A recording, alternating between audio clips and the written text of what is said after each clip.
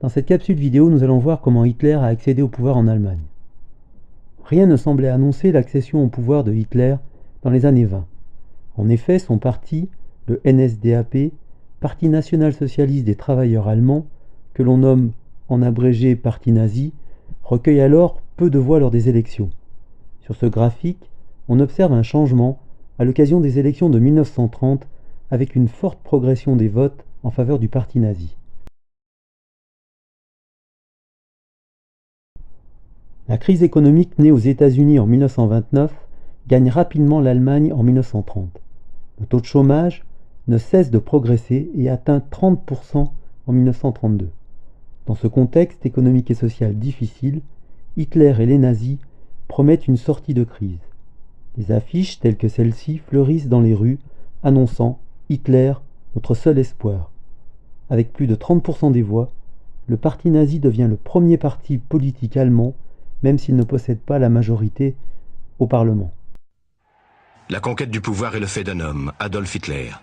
Le Parti national-socialiste est arrivé en tête aux élections d'octobre 1932, mais avec 30% des voix, il est loin d'avoir la majorité. Hitler obtient le soutien des conservateurs qui sont persuadés de le manœuvrer. Le président Hindenburg, qui partage leur illusion, appelle Hitler à former le gouvernement. Celui-ci a séduit les électeurs en faisant porter toute la responsabilité des difficultés de l'Allemagne sur la paix scandaleuse, selon lui, imposée par les vainqueurs en 1919.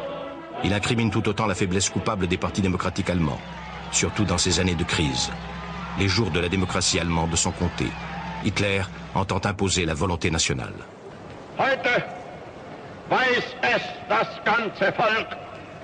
Unser Wille war härter als die deutsche Not. Nach 15-jähriger Verzweiflung hat ein großes Volk wieder Tritt gefasst. Pour les Allemands, la perspective d'une société remise en ordre, unie et à nouveau au travail, comble leurs espérances. Ils sont pour le moment prêts à fermer les yeux sur les... Le 30 janvier 1933 est une date importante puisque le président de la République, le maréchal Hindenburg, nomme Hitler chancelier. Il parvient donc au pouvoir par la voie légale, celle des urnes. Pour convaincre le peuple allemand, Hitler a expliqué la crise économique et sociale par l'humiliation infligée à l'Allemagne lors du traité de Versailles, aussi appelé en Allemagne diktat. Il a également dirigé la colère de la population contre les juifs et les communistes. Mais pour atteindre son objectif de conquête du pouvoir, Hitler a aussi utilisé ses capacités d'orateur et a cherché par ses discours à galvaniser, électriser les foules.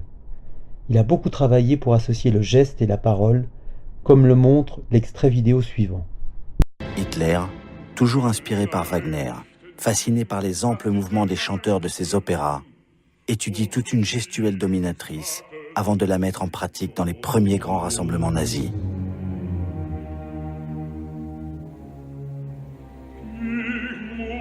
Hitler dit alors « La masse est féminine et stupide.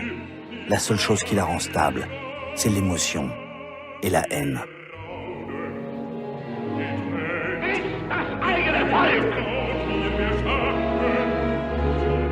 Deutsches Volk hilft ihm selbst! Jeder soll helfen!